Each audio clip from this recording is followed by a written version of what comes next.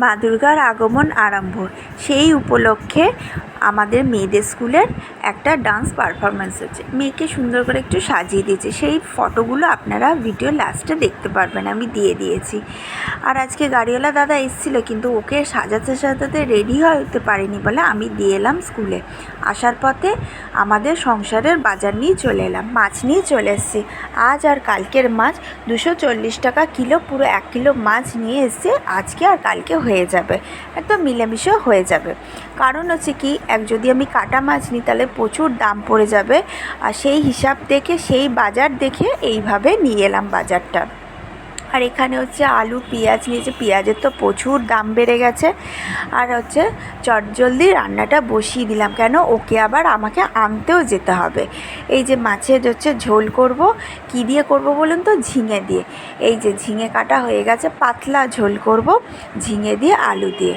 আর হচ্ছে ফ্রিজে আমি হচ্ছে মাছ রেখে দিয়েছি, এ দেখুন, যে মাছটা এক্সট্রা রাখলাম কালকের জন্য, সেটা আমি ফ্রিজের মধ্যে রেখে দিয়েছি।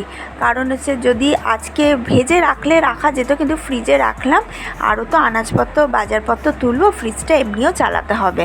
তো চলুন ব্লগটা দেখতে থাকুন, আশা করি ভালো হবে। আজকের ব্লগের মধ্যে আপনারা দেখতে পারবেন যে কিভাবে আমি আমার সংসারে টাকাটা সেভ করলাম। এই যে আমার হয়ে গেল মাছের ঝোল, কমপ্লিট হয়ে গেল। এবার প্রতিটা মাছ আমি ঝোলের মধ্যে ছেড়ে দেবো।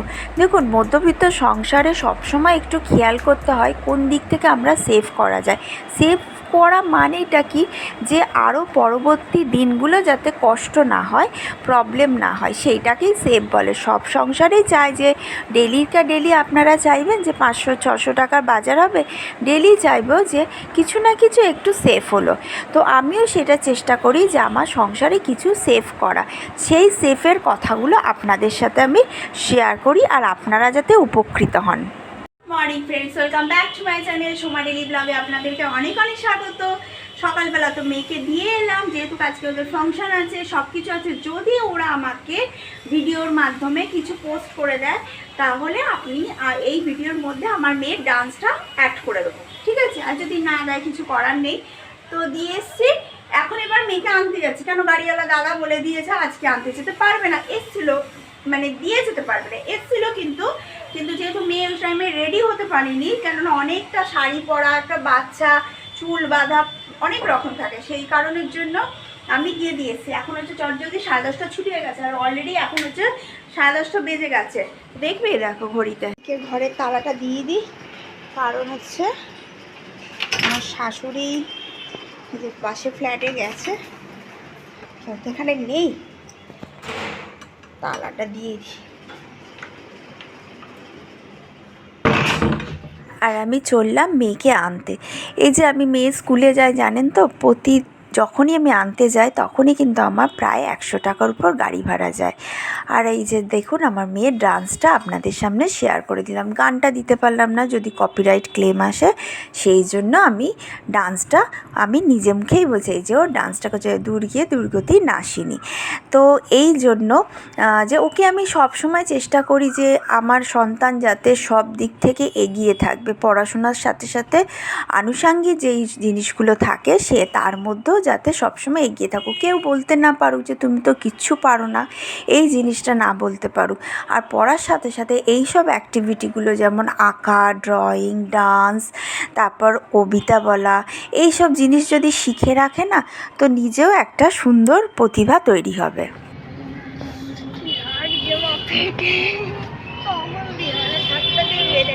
চলে এসছে, নিয়ে চলে এলাম, সেটা তোমাদের বললাম। আর কটা হচ্ছে ওর কপি নিয়ে এসছি, দেখো। এবার 3rd টার্ম এক্সাম চলছে, ওর কপি এই যে, এইটা একটা ছোট শর্ট কপি, যেটা হচ্ছে ও প্র্যাকটিস করে ম্যাথসের। তারপর হচ্ছে 3টে, এগুলো 45 রুপিস করে, সব কটা 45। এবার 6টা সাবজেক্ট, 3টে কপি, দুটো হয়ে যাবে, একদম কমপ্লিট। একটা পেন নিয়ে এসছে। তো এইভাবে আমি আগে হচ্ছে বাচ্চার পড়ার জিনিসটা সব সময় আগে লক্ষ্য করি, যে কোন জিনিসটা আগে দরকার, আগে এই জিনিসগুলো, তারপর বাকি সব কিছু। তো চলো ভিডিওটা দেখতে থাকো, এবার ওকে খাওয়াবো, চলো। Cruising down the highway, windows down low, Sunset paints the sky in a fiery glow. Mountains rise up, touching clouds above.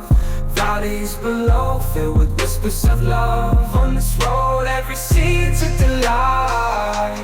From sunrise to এবার আপনাদের দেখাবো আমার সংসারে আজকে মোট খরচের হিসাব কত হয়েছে। মাছ হয়েছে 240 টাকা, টমেটো 20 টাকা, ঝিঙে 20 টাকা, দুধ 11 টাকা, আদা রসুন 10 টাকা। হয়ে গেল 1 2 3 4 5, 5টা আইটেম হচ্ছে 301 টাকা। আর খাতা করেছে 40 টাকা করে 3টে খাতা, পেন হচ্ছে 5টা, 5 টাকার পেন, আর হচ্ছে ছোট খাতা 25 টাকা। টোটাল খরচ হয়েছে আমার হচ্ছে 150 টাকা।